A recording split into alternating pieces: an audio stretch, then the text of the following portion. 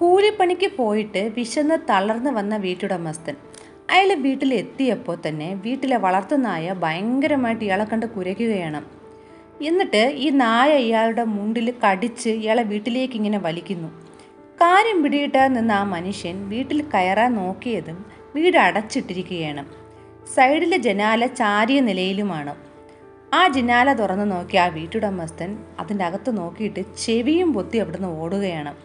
എന്തായിരിക്കും ആ മനുഷ്യൻ അവിടെ കണ്ട ആ കാഴ്ച? നമുക്ക് ആ സംഭവത്തിലേക്കൊന്ന് പോകാം. എൻ്റെ പേര് ഷീജ. ക്രൈം സ്റ്റോറീസ് കേൾക്കാൻ താല്പര്യമുള്ളവരാണ് നിങ്ങളെങ്കിൽ എൻ്റെ ഈ ചാനൽ ഒന്ന് സബ്സ്ക്രൈബ് ചെയ്യണേ. ഈ വീഡിയോയ്ക്ക് ഒരു ലൈക്കും തരൂ. Welcome back to Sheeja's creations. Kerala Tamil Nadu അതിർത്തിയിലുള്ള ചൊക്ര എന്ന മനോഹരമായൊരു ചെറിയ ഗ്രാമം. രാത്രി ഒരു 11 മണിയോടെ കർഷകനായിരുന്ന സുധാകരൻ വല്ലാത്ത വെപ്രാളത്തിൽ ഒരു 100 മീറ്റർ അകലെയുള്ള മുരുകൻ്റെ വീട്ടിലേക്ക് ഓടുകയാണ്. മുരുകൻ്റെ വീടിന് മുന്നിലെത്തിയ സുധാകരൻ ശക്തമായിട്ട് വാതിൽ തട്ടി. ഇത് കേട്ട് ഉണർന്ന മുരുകൻ കതക് തുറന്നതും വിയർത്ത് കുളിച്ചു നിൽക്കുന്ന സുധാകരനെയാണ് കാണുന്നത്. എന്താണ് കാര്യമെന്ന് അന്വേഷിച്ചപ്പോൾ സുധാകരന് ശബ്ദം പുറത്തു വരുന്നില്ല. ഒടുവിൽ അയാൾ എങ്ങനെയോ പറഞ്ഞൊപ്പിച്ചു, ചേട്ടാ, എൻ്റെ വീടിനടുത്തുള്ള ചെല്ലതുര രക്തം ഛർദ്ദിച്ച് കിടക്കുകയാണ്, ഒന്ന് പെട്ടെന്ന് ഓടി വരണം. ഇത് കേട്ട് അങ്ങോട്ടേക്ക് ഓടിച്ചെന്ന് നോക്കിയ മുരുകൻ കാണുന്നത് ചെല്ലതുര വായിൽ നിന്നും രക്തം ഇങ്ങനെ വന്ന നിലയിൽ മരിച്ചു കിടക്കുകയാണ്. അതിൽ മുരുകൻ ഒരു കാര്യം ശ്രദ്ധിച്ചു. ചെല്ലതുരയുടെ വായ നല്ലോണം ഇങ്ങനെ തുറന്നിട്ടുണ്ട്. അതിൻ്റെ തൊട്ടടുത്ത് കരഞ്ഞ് തളർന്ന് ഭാര്യ മീനുമ്മയും ഇരിപ്പുണ്ട്. സുധാകരൻ തന്നെ എല്ലാവരെയും പിന്നീട് വിവരം അറിയിക്കുകയാണ്. കാരണം എന്തെന്നാൽ ചെല്ലതുരയുടെ വീടിന് 100 മീറ്റർ അകലെയുള്ള വീട് സുധാകരൻ്റെ വീട് മാത്രമാണ്. അത് കഴിഞ്ഞാൽ പിന്നെയുള്ള വീടുകളെല്ലാം അതിൽ നിന്നും അകലെ അകലെയാണ്. അതുകൊണ്ട് തന്നെ സുധാകരൻ എല്ലാ വീട്ടിലും പോയി ഈ വിവരം അറിയിക്കുകയാണ്. എല്ലാവരും അങ്ങോട്ടേക്ക് വന്നു. നാട്ടുകാരെല്ലാം ആ മരണവിവരം അറിഞ്ഞിട്ട് അങ്ങോട്ടേക്ക് വരികയാണ്. ഒപ്പം പോലീസും ആ വീട്ടിലേക്ക് വന്നു. അതിനുശേഷം ബോഡി പോസ്റ്റ്മോർട്ടത്തിന് ആശുപത്രിയിലേക്ക് കൊണ്ടുപോയി. അതിനൊപ്പം കുറേ ആളുകളും ആശുപത്രിയിലേക്ക് കൂടെ പോവുകയാണ്. ആശുപത്രിക്കകത്ത് എത്തി ബോഡി പരിശോധിച്ച ശേഷം ഡോക്ടർ പുറത്തു വന്ന് അവിടെ നിന്ന് ആൾക്കാരോട് പറയുകയാണ്, ഇയാൾ മരിച്ചിട്ട് 4-5 മണിക്കൂർ കഴിഞ്ഞിട്ടുണ്ടെന്ന്. മാത്രവുമല്ല, ഓട്ടോപ്സി റിപ്പോർട്ട് വന്നപ്പോൾ അതിൽ പറയുന്നത് ഇയാളുടെ തലയോട്ടി തകർന്നിട്ടുണ്ട്, തലയ്ക്കടിയേറ്റതാണ് മരണകാരണമെന്നും. പോലീസ് ആ മരണ വീട്ടിലെത്തിയപ്പോൾ കാണുന്നത് മീനുമ്മ ഇങ്ങനെ കരഞ്ഞ് തളർന്ന് തറയിൽ തന്നെ കിടക്കുന്നതാണ്. ചുറ്റും അവരെ സമാധാനിപ്പിച്ചുകൊണ്ട് കുറേ ബന്ധുക്കളും ഉണ്ട്. കുറച്ച് പേര് വീടിന് പുറത്ത് ഇങ്ങനെ കൂടി നിൽപ്പുണ്ട്. ഈ ചൊക്ര എന്ന ഗ്രാമം കേരള തമിഴ്നാട് അതിർത്തിയാണെങ്കിലും അവിടെയുള്ള ഭൂരിഭാഗം ആൾക്കാരും മലയാളികളാണ്. പോലീസിന് അവിടെ കൂടി നിന്നവരോട് ഈ ചെല്ലതുരയുടെ കുടുംബത്തിനെ പറ്റിയൊക്കെ അന്വേഷിക്കണമായിരുന്നു. അതുകൊണ്ട് തന്നെ പതുക്കെ അവിടെ കൂടി നിന്ന ആൾക്കാരിലേക്ക് പോലീസ് ചെന്നിട്ട് ഇവരുടെ കുടുംബത്തിനെ പറ്റി ഒന്ന് അന്വേഷിക്കുകയാണ്. അപ്പോൾ നാട്ടുകാർ പറഞ്ഞ മറുപടി, ചെല്ലതുരയും അയാളുടെ ഭാര്യ മീനുമ്മയും മാത്രമാണ് ഇവിടെ ഉള്ളത്. ഇവർക്ക് മക്കളൊന്നുമില്ല. ഇവർക്ക് കുറച്ച് കൃഷിനില ഉണ്ട്. അവിടെ ഇവർ 2 പേരും പണിയെടുത്ത് അവരങ്ങനെ ജീവിക്കുകയാണ്. മറ്റ് ഒരു പ്രശ്നങ്ങളുമുള്ള കുടുംബമല്ല.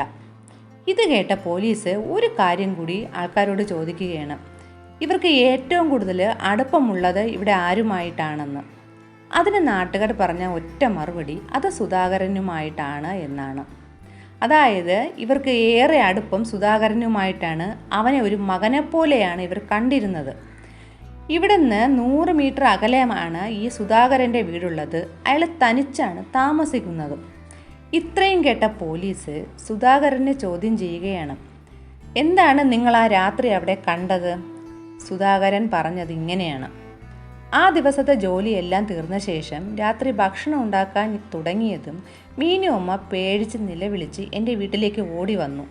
ചെല്ലതുര രക്തം ഛർദ്ദിച്ച് കിടക്കുന്നു എന്ന് പറഞ്ഞു. അറ്റാക്ക് ആണെന്ന് സംശയമാണെന്നും അവർ പറഞ്ഞു. അത് കേട്ട് അവർക്കൊപ്പം പോയി നോക്കിയപ്പോൾ ശരിയാണ്, അയാൾ രക്തം ഛർദ്ദിച്ച് കിടക്കുകയാണ്. അത് കണ്ട് പേടിച്ചു പോയ ഞാൻ മുരുകൻ ചേട്ടൻ്റെ വീട്ടിൽ ചെന്ന് കാര്യം പറഞ്ഞു. മുരുകൻ ചേട്ടനെയും കൂട്ടിയിട്ട് മീനുമ്മയുടെ വീട്ടിൽ ചെന്നു. ഇതാണ് അവിടെ ഉണ്ടായത്. എന്നാൽ പോലീസ് സുധാകരൻ പറഞ്ഞത് മുഴുവനായിട്ടും വെള്ളം തൊടാതെ വിഴുങ്ങാൻ തയ്യാറായില്ല. കൂടുതൽ കാര്യങ്ങൾ അറിയണമെങ്കിൽ മീനുമ്മയെ ചോദ്യം ചെയ്യണം. എന്നാൽ അത് ഈ സാഹചര്യത്തിൽ അത്ര ഈസിയല്ല.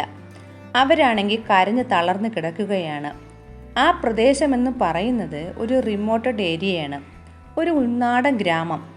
അതുകൊണ്ട് തന്നെ പെട്ടെന്ന് കയറി ചോദ്യം ചെയ്യാനൊന്നും പറ്റത്തില്ല. എന്തായാലും ചെല്ലദുരയുടെ കുടുംബത്തിനെക്കുറിച്ചും സുധാകരനെപ്പറ്റിയും പോലീസ് കൂടുതൽ അന്വേഷിക്കുന്നു. സുധാകരനെപ്പറ്റി എല്ലാവർക്കും നല്ല അഭിപ്രായമാണ്. സുധാകരൻ്റെ മാതാപിതാക്കൾ അയാളുടെ ചെറുപ്പത്തിലേ മരിച്ചുപോയതാണ്.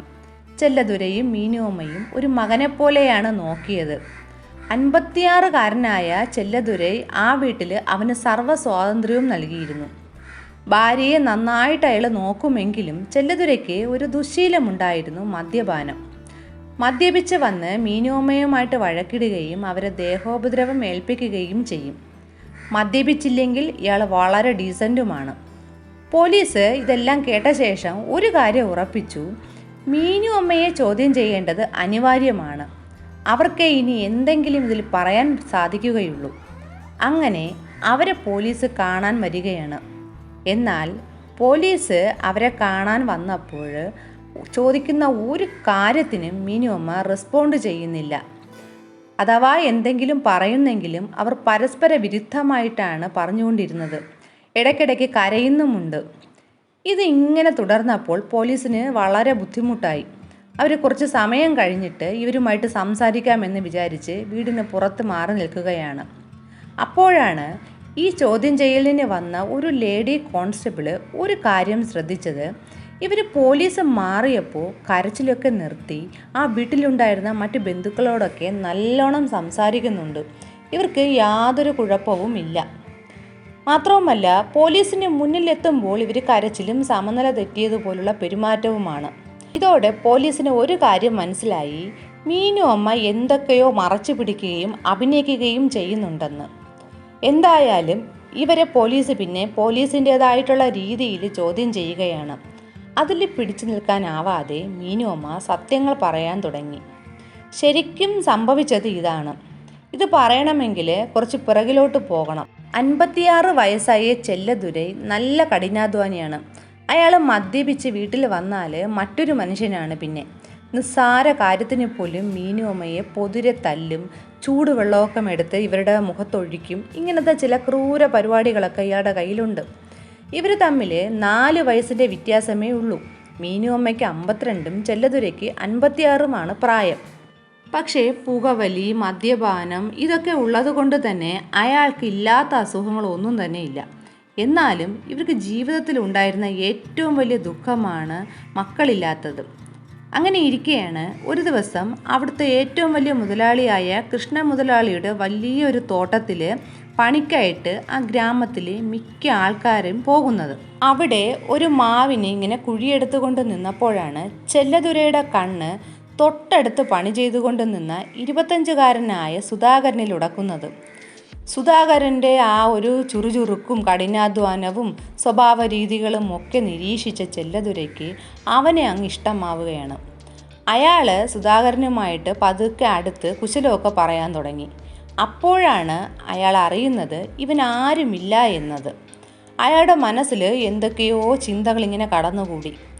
മക്കളില്ലാത്ത തനിക്കും ഭാര്യയ്ക്കും ഇതുപോലത്തെ ഒരു മിടുക്കനായ മകനെ കിട്ടിയ നല്ലതല്ലേ എന്ന് അയാളൊന്ന് ആഗ്രഹിച്ചു. അയാളുടെ ആ ആഗ്രഹം അവനോട് പറയുകയും ചെയ്തു. അങ്ങനെ സ്വന്തം മകനായി സ്വീകരിച്ച് സുധാകരനെ വീട്ടിലേക്ക് കൂട്ടിക്കൊണ്ട് വരികയാണ് ചെല്ലദുരൈ. മീനുവമ്മയോട് ഇയാൾ വന്ന ഉടനെ കാര്യങ്ങളൊക്കെ പറയുകയാണ്. അവർക്കും സുധാകരനെ കണ്ട കാഴ്ചയിൽ തന്നെ ഇഷ്ടപ്പെട്ടു. ഒരു മകനെ കിട്ടിയതിൽ ആ ദമ്പതികൾ വളരെ അങ്ങ് മതിമറക്കുകയാണ്. ഉറങ്ങാൻ വേണ്ടി മാത്രമാണ് സുധാകരൻ സ്വന്തം വീട്ടിലേക്ക് പോകുന്നത്. ബാക്കി നേരം മുഴുവനും ചെല്ലദുരയ്ക്കും മീനുവമ്മയ്ക്കും ഒപ്പം തന്നെ. അങ്ങനെ പോകവേ ഈ അമ്മയും മകനും ബന്ധം ഇവർ രണ്ടുപേരും എപ്പോഴും അങ്ങ് തെറ്റിക്കുകയാണ്. പക്ഷേ ഇവരുടെ പ്രവൃത്തികളിൽ ഒരു സംശയവും ചെല്ലദുരയ്ക്ക് തോന്നിയില്ല. അങ്ങനെയാണ് അയാൾ ഒരു ദിവസം പണിസ്ഥലത്ത് നിന്നും വീട്ടിലേക്ക് വരുന്നത്. അന്ന് പണിക്ക് സുധാകരനെ കണ്ടില്ല. അവനില്ലാത്തത് കൊണ്ട് പണിക്കൊരു ഉഷാറൊന്നും തോന്നാതെയാണ് ഇയാൾ നേരത്തെ വീട്ടിലേക്ക് വരുന്നത്. അപ്പോഴാണ് വീട്ടിലെ വളർത്തുനായ ഇയാളെ കണ്ടതും ഇയാളുടെ മുണ്ടിൽ കടിച്ചു വലിച്ച് വീട്ടിലേക്ക് നോക്കി കുരച്ചതുമല്ല. അയാൾ നോക്കിയപ്പോൾ വാതിൽ അടച്ചിട്ടിരിക്കുന്നു. അയാൾ ആ ജനാല വഴി നോക്കിയപ്പോൾ കണ്ട കാഴ്ച അമ്മയും മകനും എന്ന് വിചാരിച്ചവരെ ഒരുമിച്ച് കാണാൻ പാടില്ലാത്ത വിധത്തിൽ കിടക്കുകയാണ്. അയാൾ സ്തംഭിച്ചു പോയി. അയാൾ ഒന്നും മിണ്ടിയില്ല. അവിടെ നിന്നും ഒരൊറ്റ പോക്കായിരുന്നു. എന്നാൽ ചെല്ലതുര വന്നിട്ട് പോയെന്ന് സുധാകരനും മീനു അമ്മയ്ക്കും മനസ്സിലായി. അയാൾ എല്ലാം കണ്ടെന്നും അവർക്ക് മനസ്സിലായി. തിരിച്ച് ഇയാൾ മദ്യപിച്ച് വന്നാൽ എന്തൊക്കെ ഭൂകമ്പങ്ങൾ ഉണ്ടാക്കുമെന്ന് ഇവർ രണ്ടുപേരും ഭയപ്പെട്ടു. ഇനി ഇയാൾ ജീവിച്ചിരുന്നാൽ എല്ലാം പൊളിയും, അഭിമാനവും പോവുമെന്ന് ഇവർക്കറിയാം. അതുപോലെ തന്നെ സംഭവിച്ചു. അന്ന് രാത്രി വൈകി ചെല്ലതുര നന്നായിട്ട് മദ്യപിച്ചിട്ട് വീട്ടിലേക്ക് വരികയാണ്. രാവിലെ കണ്ട കാഴ്ച പറഞ്ഞ് ഭാര്യയുടെ കഴുത്തിൽ ഇയാൾ ഒരൊറ്റ പിടിയായിരുന്നു. ആ സമയം അവിടെ പതുങ്ങിയിരുന്ന സുധാകരൻ ഒരു ഇരുമ്പ് റോഡ് കൊണ്ട് ഇയാളുടെ തലക്കിട്ട് ഒരൊറ്റ അടിയാണ്. ആദ്യത്തെ അടിയിൽ തന്നെ ഇയാളെ തിരിഞ്ഞു നോക്കിയതും തുരുതുരാന്നും പറഞ്ഞിട്ട് സുധാകരൻ തലയ്ക്ക് അടിച്ചു. അങ്ങനെ ഇയാൾ നിലത്ത് വീണു. അവസാനം ഇയാൾ മരണപ്പെടുകയും ചെയ്തു. ഹാർട്ട് അറ്റാക്കാണ് ഇയാൾ മരിച്ചതിന് കാരണമെന്ന് കാണിക്കുന്നതിന് വേണ്ടിയിട്ട് ഇയാളുടെ തല പൊട്ടി ഒഴുകിയ ആ ചോര കുറേ എടുത്തിട്ട് ഈ സുധാകരൻ അയാളുടെ വായ്ക്കകത്തേക്ക് ഒഴിച്ച് നിറയ്ക്കുകയാണ്. അതിനുശേഷമാണ് ബാക്കി നാടകങ്ങൾ മുഴുവനും സുധാകരനും മീനുവമ്മയും കൂടി നടത്തിയത്. പോലീസിന് കൃത്യമായ തെളിവുകൾ കിട്ടുകയും ഇവരെ പിടിച്ച് അറസ്റ്റ് ചെയ്ത് ജയിലിൽ അടയ്ക്കുകയും ചെയ്തു. സുധാകരനാണ് ഈ കൊലയാളി എന്ന് അറിഞ്ഞപ്പോൾ ആ നാട്ടിലെ ആൾക്കാർ മുഴുവൻ ഞെട്ടുകയാണ്. ശരിക്കു പറഞ്ഞാൽ വിവാഹം പോലും കഴിയാത്ത ആ ചെറുപ്പക്കാരന് നല്ലൊരു പെൺകുട്ടിയെ വിവാഹം കഴിക്കാമായിരുന്നു. എന്നിട്ടും അവന് ആകർഷണം തോന്നിയത് ആ 52-കാരിയിലാണ്. 52-കാരിക്കും 25-കാരനും ഇടയിൽ വന്ന കാമം ഒന്നാണ് ഈ ഒരു അരുംകൊലയിലേക്ക് നയിച്ചത്. ഇത് എന്തിൻ്റെ പേരിലുള്ള വികാരമാണെന്ന് മാത്രം മനസ്സിലാവുന്നില്ല. എന്തായാലും ഈ കഥയെപ്പറ്റിയുള്ള നിങ്ങളുടെ അഭിപ്രായം എന്തെന്ന് ഒന്ന് കമൻറ്റ് ചെയ്യണേ. പുതിയൊരു ക്രൈം ത്രില്ലർ സ്റ്റോറിയുമായിട്ട് വീണ്ടും വരാം. Thanks for watching.